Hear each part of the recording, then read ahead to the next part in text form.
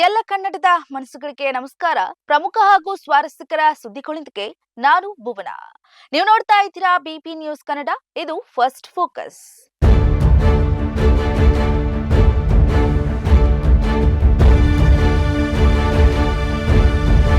ಮೊದಲಿಗೆ first focus ಸುದ್ದಿಯ ಮುಖ್ಯಾಂಶಗಳು.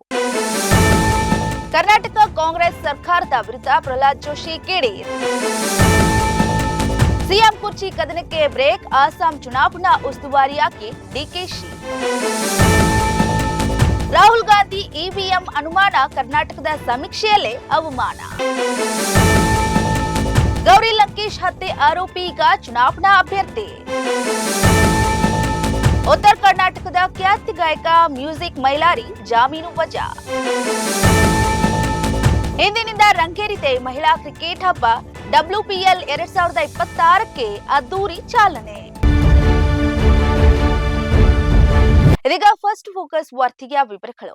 ಕರ್ನಾಟಕ ಕಾಂಗ್ರೆಸ್ ಸರ್ಕಾರದ ವಿರುದ್ಧ ಪ್ರಹ್ಲಾದ್ ಜೋಶಿ ಕಿಡಿಕಾರಿದ್ದಾರೆ.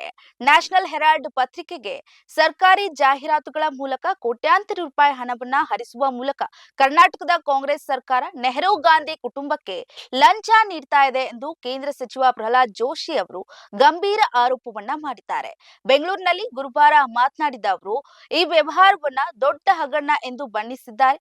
ಯಾವುದೇ ಪ್ರಮುಖ ರಾಷ್ಟ್ರೀಯ ದಿನಪತ್ರಿಕೆಗಳಿಗಿಂತಲೂ ಹೆಚ್ಚಾಗಿ ನ್ಯಾಷನಲ್ ಹೆರಾಲ್ಡ್ ಪತ್ರಿಕೆಗೆ ಜಾಹೀರಾತು ನೀಡಲಾಗಿದೆ ಎಂದು ಜೋಶಿ ಅವರು ದೂರಿದ್ದಾರೆ. 2023-24ರಲ್ಲಿ ಸುಮಾರು 2 ಕೋಟಿ ರೂಪಾಯಿ ಹಾಗೂ 2024-25ರಲ್ಲಿ 1 ಕೋಟಿ ರೂಪಾಯಿ ಹಣವನ್ನ ಜಾಹೀರಾತುಗೆ ಪಾವತಿಸಲಾಗಿದೆ. ಶೂನ್ಯ ಪ್ರಸರಣ ಹೊಂದಿರುವಂತಹ ಪತ್ರಿಕೆಗೆ ಇಷ್ಟೊಂದು ಹಣ ನೀಡುವುದು ಸರಿಯೇ ಎಂದು ಪ್ರಶ್ನೆ ಮಾಡಿದ್ದಾರೆ. ಇನ್ನು ನ್ಯಾಷನಲ್ ಹೆರಾಲ್ಡ್ ಹಗರಣಕ್ಕೆ ಸಂಬಂಧಿಸಿದಂತೆ ಸೋನಿಯಾ ಗಾಂಧಿ ಮತ್ತು ರಾಹುಲ್ ಗಾಂಧಿ ಅವರು ಜಾಮೀನಿನ ಮೇಲೆ ಹೊರಗಿದ್ದಾರೆ. ಇಂತಹ ಸಂದರ್ಭದಲ್ಲಿ ತೆರಿಗೆದಾರರ ಹಣವನ್ನ ಅವರಿಗೆ ತಲುಪಿಸುವ ಕೆಲಸವನ್ನ ಮಾಡಲಾಗ್ತಾ ಇದೆ ಎಂದು ಸಚಿವರು ಟೀಕಿಸಿದ್ದಾರೆ.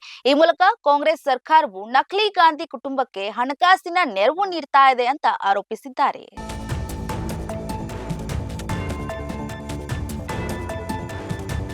ಮುಖ್ಯಮಂತ್ರಿ ಸ್ಥಾನಕ್ಕಾಗಿ ಕಸರತ್ತು ನಡೆಸ್ತಾ ಇದ್ರೆ ಉಪಮುಖ್ಯಮಂತ್ರಿ ಡಿಕೆ ಶಿವಕುಮಾರ್ ಅವರಿಗೆ ಕಾಂಗ್ರೆಸ್ ಹೈಕಮಾಂಡ್ ಮಹತ್ವದ ಸೂಚನೆಯನ್ನ ನೀಡಿದೆ. ಪಂಚ ಗ್ಯಾರಂಟಿಗಳ ಚುನಾವಣೆ ಮುಗಿಯುವವರೆಗೂ ರಾಜ್ಯದಲ್ಲಿ ನಾಯಕತ್ವ ಬದಲಾವಣೆ ಕುರಿತು ಯಾವುದೇ ಚರ್ಚೆ ನಡೆಸದಿರಲು ಹೈಕಮಾಂಡ್ ನಿರ್ಧರಿಸಿದೆ. ಇದರ ಬೆನ್ನಲ್ಲೇ ಡಿಕೆ ಶಿವಕುಮಾರ್ ಅವರನ್ನ ಮುಂಬರುವ ಅಸ್ಸಾಂ ವಿಧಾನಸಭಾ ಚುನಾವಣೆಗೆ ಪಕ್ಷದ ಹಿರಿಯ ವೀಕ್ಷಕರನ್ನಾಗಿ ನೇಮಕ ಮಾಡಲಾಗಿದೆ.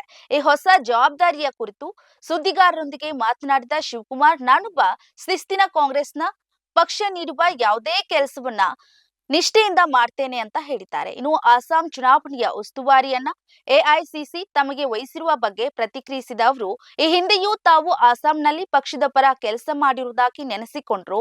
ಇನ್ನು ಹೈಕಮಾಂಡ್ ಆದೇಶದಂತೆ ಶೀಘ್ರವೇ ಅಲ್ಲಿಗೆ ತೆರಳುವುದಾಗಿ ಸ್ಪಷ್ಟನೆಯನ್ನ ನೀಡಿದ್ದಾರೆ. ಡಿಕೆ ಶಿವಕುಮಾರ್ ಅವರೊಂದಿಗೆ ಛತ್ತೀಸ್ಗಢದ ಮಾಜಿ ಸಿಎಂ ಭೂಪೇಶ್ ಅವರು ಕೂಡ ಇರಲಾಗ್ತಾ ಇದೆ.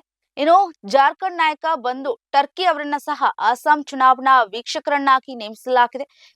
ಕಾಂಗ್ರೆಸ್ ಹೈಕಮಾಂಡ್ ನ ಈ ನಡೆಯಿಂದಾಗಿ ಕರ್ನಾಟಕದಲ್ಲಿ ಸದ್ಯಕ್ಕೆ ನಡೀತಾ ಇದ್ದಂತಹ ಸಿಎಂ ಬದಲಾವಣೆ ಚರ್ಚೆಗಳಿಗೆ ತಾತ್ಕಾಲಿಕ ವಿರಾಮ ಬಿದ್ದಂತಾಗಿದೆ.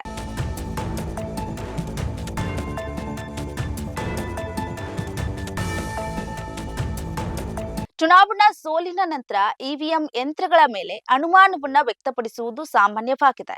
ಆದರೆ ಈ ಬಾರಿ ಕೇಂದ್ರ ಚುನಾವಣಾ ಆಯೋಗ ಮತ್ತು ಸ್ವತಂತ್ರ ಸಂಸ್ಥೆಗಳ ಮೇಲೆ ವಿರೋಧ ಪಕ್ಷದ ನಾಯಕ ರಾಹುಲ್ ಗಾಂಧಿ ಅವರು ಸತತವಾಗಿ ಮತಗಳ್ಳತನದ ಗಂಭೀರ ಆರೋಪಗಳನ್ನ ಮಾಡುತ್ತಾ ಬಂದಿದ್ದಾರೆ. ಈ ನಡುವೆ ಸ್ವತಃ ಕರ್ನಾಟಕದ ಕಾಂಗ್ರೆಸ್ ಸರ್ಕಾರವೇ ನಡೆಸಿದ ಸಮೀಕ್ಷೆಯು ರಾಹುಲ್ ಗಾಂಧಿ ಅವರ ಆರೋಪಗಳಿಗೆ ದೊಡ್ಡ ತಿರುಗುಬಾಣವಾಗಿ ಪರಿಣಮಿಸಿದೆ. ರಾಜ್ಯದ ಮುಖ್ಯ ಚುನಾವಣಾ ಅಧಿಕಾರಿಗಳ ಕಚೇರಿಯು ಸ್ವೀಪ್ ಕಾರ್ಯಕ್ರಮದ ಅಡಿ ನಡೆಸಿದ ವಿಶೇಷ ಸಮೀಕ್ಷೆಯಲ್ಲಿ ಕರ್ನಾಟಕದ ಜನತೆ ಇವಿಎಂ ಮತ್ತು ಭಾರತದ ಚುನಾವಣಾ ಪ್ರಕ್ರಿಯೆಯ ಮೇಲೆ ಅಪಾರ ವಿಶ್ವಾಸವನ್ನ ವ್ಯಕ್ತಪಡಿಸಿದ್ದಾರೆ. ರಾಜ್ಯದ ವಿವಿಧ ಭಾಗದ ಸುಮಾರು 5,000ಕ್ಕೂ ಹೆಚ್ಚು ಜನರಿಂದ ಅಭಿಪ್ರಾಯ ಸಂಗ್ರಹಿಸಲಾಗಿದೆ. 83%ಕ್ಕಿಂತ ಹೆಚ್ಚು ಜನರು ಇವಿಎಂ ಫಲಿತಾಂಶಗಳು ನಿಖರವಾಗಿರುವೆ ಅಂತ ನಂಬಿದ್ದಾರೆ. ಅದರಲ್ಲೂ ಕಲಬುರಗಿ ಭಾಗದಲ್ಲಿ ಅತಿ ಹೆಚ್ಚು ಅಂದ್ರೆ 94ರಷ್ಟು ಜನರು ಇವಿಎಂ ಮತ್ತು ಪಾರದರ್ಶಕ ಚುನಾವಣಾ ವ್ಯವಸ್ಥೆಯನ್ನ ಬೆಂಬಲಿಸಿದ್ದಾರೆ. ಈ ಸಮೀಕ್ಷೆಯು ಇವಿಎಂ ಹ್ಯಾಕಿಂಗ್ ಮತ್ತು ಮತಗಳ್ಳತನದ ಬಗ್ಗೆ ರಾಹುಲ್ ಗಾಂಧಿ ಅವರು ಸ್ಪಷ್ಟಿಸಿದ್ದ ಸುಳ್ಳು ಕಥೆಗಳನ್ನ ಸಂಪೂರ್ಣವಾಗಿ ತಳ್ಳಿಹಾಕಿದೆ. ರಾಜ್ಯ ಸರ್ಕಾರದ ಮೂಲಕವೇ ನಡೆದಂತಹ ಈ ಸಮೀಕ್ಷೆಯ ವರದಿಯು ಈಗ ವಿರೋಧ ಪಕ್ಷಗಳ ಆರೋಪಗಳಿಗೆ ಸಾಕ್ಷ್ಯ ಸಮೇತ ಉತ್ತರ ನೀಡಿದಂತಾಗಿದೆ. ಇದರಿಂದಾಗಿ ಚುನಾವಣಾ ಪ್ರಕ್ರಿಯೆ ಮೇಲೆ ಜನರಿಗಿರುವ ಅಚಲ ನಂಬಿಕೆ ಮತ್ತೊಮ್ಮೆ ದೃಢಪಟ್ಟಿದೆ.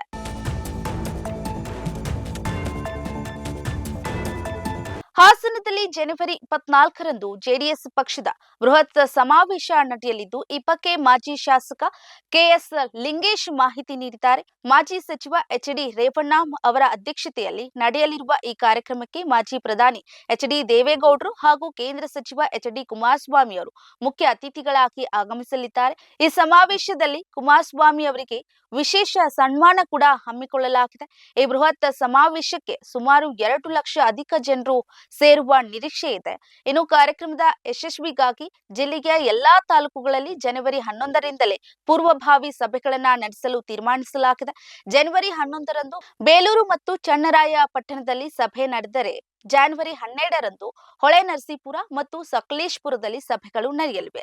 ಹಾಗೆಯೇ ಜನವರಿ 13ರಂದು ಆಲೂರು, ಜನವರಿ 17ರಂದು ಅರಕಲಗೂಡು ಮತ್ತು ಅರಸೀಕೆರೆಗಳಲ್ಲಿ ಸಭೆಗಳನ್ನ ಹಮ್ಮಿಕೊಳ್ಳಲಾಗಿದೆ.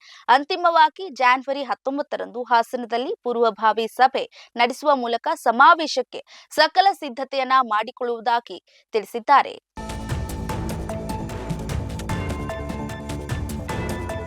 ಪತ್ರಕರ್ತ ಗೌರಿ ಲಂಕೇಶ್ ಹತ್ಯೆ ಪ್ರಕರಣದ ಆರೋಪಿ ಶ್ರೀಕಾಂತ್ ಪಂಗಾಕರ್ ಈಗ ಮಹಾರಾಷ್ಟ್ರದ ಚುನಾವಣಾ ರಾಜಕೀಯಕ್ಕೆ ಮರಳಿದ್ದಾರೆ. 2017ರಲ್ಲಿ ಬೆಂಗಳೂರಿನಲ್ಲಿ ನಡೆದಂತಹ ಗೌರಿ ಲಂಕೇಶ್ ಕೊಲೆ ಪ್ರಕರಣದಲ್ಲಿ ಜಾಮೀನು ಪಡೆದಿರುವ ಪಂಗಾಕರ್ ಇದೀಗ ಜಲ್ನಾ ಮುನ್ಸಿಪಲ್ ಕಾರ್ಪೊರೇಷನ್ ಚುನಾವಣೆಯಲ್ಲಿ ಸ್ವತಂತ್ರ ಅಭ್ಯರ್ಥಿಯಾಗಿ ಸ್ಪರ್ಧಿಸುತ್ತಾ ಇದ್ದಾರೆ. ಈ ಬೆಳವಣಿಗೆಯು ಸಾರ್ವಜನಿಕ ವಲಯದಲ್ಲಿ ತೀವ್ರ ಕುತೂಹಲ ಮತ್ತು ಚರ್ಚೆಗೆ ಕಾರಣವಾಗಿದೆ. ಶ್ರೀಕಾಂತ್ ಪಂಗಾಕರ್ ಈ ಹಿಂದೆ ಶಿವಸೇನೆಯಿಂದ ಪುರಸಭೆ ಸದಸ್ಯರಾಗಿದ್ರು. ಆದರೆ ನಂತರದ ದಿನಗಳಲ್ಲಿ ಬಲಪಂಥೀಯ ಸಂಘಟನೆಗಳ ಜೊತೆ ಗುರುತಿಸಿಕೊಂಡಿದ್ರು. ಇವರಿನ್ನು 2018ರಲ್ಲಿ ಸ್ಫೋಟಕಗಳ ಸಂಗ್ರಹ ಪ್ರಕರಣಕ್ಕೆ ಸಂಬಂಧಿಸಿದಂತೆ ಭಯೋತ್ಪಾದನಾ ನಿಗ್ರಹ ದಳ ಬಂಧಿಸಿತ್ತು. ಇತ್ತೀಚೆಗೆ ನಡೆದಂತ ವಿಧಾನಸಭಾ ಚುನಾವಣೆಯ ವೇಳೆ ಇವರು ಏಕನಾಥ್ ಸಿಂಧೆ ನೇತೃತ್ವದ ಶಿವಸೇನೆ ಸೇರೋದಕ್ಕೆ ಪ್ರಯತ್ನ ಮಾಡಿದ್ರು. ಆದರೆ ಸಾರ್ವಜನಿಕರ ಆಕ್ರೋಶ ವ್ಯಕ್ತವಾದ ಕಾರಣ ಅವರು ಪಕ್ಷ ಸೇರ್ಪಡೆಯನ್ನ ತಡೆ ಹಿಡಿಯಲಾಗಿತ್ತು. ಇನ್ನು ಅಂಶವೆಂದ್ರೆ ಇಲ್ಲಿ ಜಲನಾಥ್ ವಾರ್ಡ್ ಸಂಖ್ಯೆ 13ರಲ್ಲಿ ಸ್ವತಂತ್ರ ಅಭ್ಯರ್ಥಿಯಾಗಿ ಸ್ಪರ್ಧಿಸ್ತಾ ಇರುವಂತ ಪಂಗಾಕರ್ ವಿರುದ್ಧ ಸಿಂಧೆ ನೇತೃತ್ವದ ಶಿವಸೇನೆ ಯಾವುದೇ ಅಭ್ಯರ್ಥಿಯನ್ನ ಕಣಕ್ಕಿಳಿಸಿಲ್ಲ. ಜನವರಿ 15ರಂದು ನಡೆಯಲಿರುವಂತಹ ಈ ಚುನಾವಣೆಯಲ್ಲಿ ಪಂಗಾಕರ್ ಬಿಜೆಪಿ ಮತ್ತು ಇತರ ಪಕ್ಷಗಳ ಅಭ್ಯರ್ಥಿಗಳ ಎದುರು ಸ್ಪರ್ಧಿಸ್ತಾ ಇದ್ದಾರೆ. ಹತ್ಯೆ ಆರೋಪವನ್ನ ಹೊತ್ತಿರುವಂತಹ ವ್ಯಕ್ತಿಯೊಬ್ಬರು ಮತ್ತೆ ಚುನಾವಣಾ ಅಖಾಡಕ್ಕೆ ಇಳಿದಿರೋದು ಪ್ರಜಾಪ್ರಭುತ್ವದ ಮೌಲ್ಯಗಳ ಬಗ್ಗೆ ಹೊಸ ಚರ್ಚೆಯನ್ನ ಹುಟ್ಟುಹಾಕಿದೆ.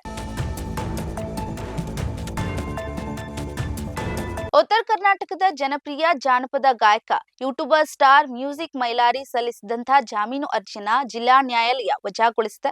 ಅಪ್ರಾಪ್ತ ಬಾಲಕಿಯ ಮೇಲೆ ಲೈಂಗಿಕ ದೌರ್ಜನ್ಯ ಎಸಗಿದ ಗಂಭೀರ ಆರೋಪ ಹೊತ್ತಿರುವಂತಹ ಇವರಿಗೆ ನ್ಯಾಯಾಧೀಶರು ಪ್ರೀತಿ ಸಗರ್ ಜೋಶಿ ಅವರು ಜಾಮೀನನ್ನ ನಿರಾಕರಿಸಿದ್ದಾರೆ. ಕಳೆದ ಅಕ್ಟೋಬರ್ 24ರಂದು ಬೆಳಗಾವಿಯ ಜಿಲ್ಲೆಯ ಗ್ರಾಮವೊಂದರಲ್ಲಿ ಹನುಮಂತ ದೇವರ್ ಓಕ್ಳಿ ಪ್ರಯುಕ್ತ ಆರ್ಕೆಸ್ಟ್ರಾ ಕಾರ್ಯಕ್ರಮ ಆಯೋಜಿಸಲಾಗಿತ್ತು. ಈ ಕಾರ್ಯಕ್ರಮದಲ್ಲಿ ಹಾಡಲು ಮೈಲಾರಿ ಬಂದಿದ್ರು.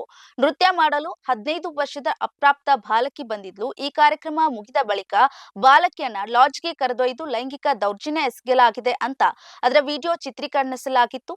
ಈ ಗಂಭೀರ ಆರೋಪ ಕೇಳಿ ಬಂದ ಹಿನ್ನೆಲೆ ಈ ಘಟನೆಗೆ ಸಂಬಂಧಿಸಿದಂತೆ ಡಿಸೆಂಬರ್ 17ರಂದು ಮಹಲಿಂಗಪುರ ಪೊಲೀಸರು ಮೈಲಾರಿಯನ್ನ ಬಂಧಿಸಿದ್ರು. ಪ್ರಸ್ತುತ ಮೈಲಾರಿ ಸೇರಿದಂತೆ ಒಟ್ಟು 6 ಜನ ವಿರುದ್ಧ ಪೋಕ್ಸೋ ಕಾಯ್ದೆಯಡಿ ಪ್ರಕರಣ ದಾಖಲಾಗಿದೆ. ರಾಜ್ಯಾದ್ಯಂತ ಹೆಸರು ಮಾಡಿದಂತಹ ಗಾಯಕನೊಬ್ಬ ಇಂತಹ ಹೀನ ಕೃತ್ಯದಲ್ಲಿ ಭಾಗಿಯಾಗಿರೋದು ಅವರ ಅಭಿಮಾನಿಗಳಲ್ಲಿ ಮತ್ತು ಸಾರ್ವಜನಿಕ ವಲಯದಲ್ಲಿ ತೀವ್ರ ಆಘಾತ ಮೂಡಿಸಿದೆ.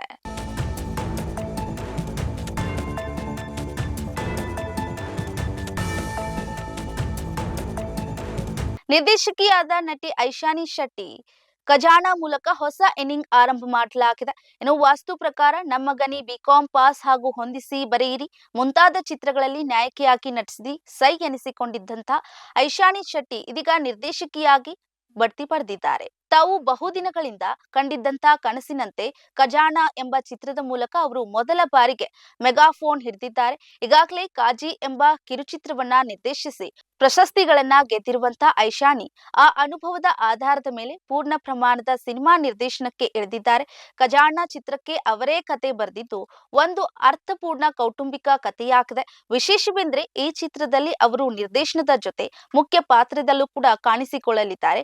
ಮಂಗಳೂರಿನ ಸುತ್ತಮುತ್ತಲಿನ ಹಳ್ಳಿಗಳಲ್ಲಿ ಚಿತ್ರೀಕರಣ ನಡೆಯಲಿದ್ದು ಚಿತ್ರತಂಡ ಸದ್ಯ ಉಳಿದ ಕಲಾವಿದರ ಆಯ್ಕೆಯಲ್ಲಿ ತೊಡಗಿದೆ. ಐಶಾನಿ ಅವರೇ ತಮ್ಮ ಸ್ವಂತ ಬ್ಯಾನರ್ ಶಾಕುಂತಲೆ ಸಿನಿಮಾಸ್ ಅಡಿಯಲ್ಲಿ ಈ ಚಿತ್ರಣವನ್ನ ನಿರ್ಮಿಸ್ತಾ ಇದ್ದಾರೆ. ಇನ್ನು ವಿಶ್ವಜಿತ್ ರಾವ್ ಛಾಯಾಗ್ರಹಣ ಹಾಗೂ ಪೂರ್ಣಚಂದ್ರ ತೇಜಸ್ವಿ ಮತ್ತು ಸಂಗೀತ ಈ ಚಿತ್ರಕ್ಕಿದೆ. ಬಹಳ ದಿನಗಳಿಂದ ಸಿದ್ಧತೆಯನ್ನ ನಡೆಸಿದಂತ ಐಶಾನಿ ಶೆಟ್ಟಿ ಕ್ಯಾಮ್ರಾ ಹಿಂದೆ ನಿಲ್ತಾ ಇರೋದು ಅಭಿಮಾನಿಗಳಲ್ಲಿ ಸಾಕಷ್ಟು ಸಂತಸ ಮೂಡಿಸಿದೆ.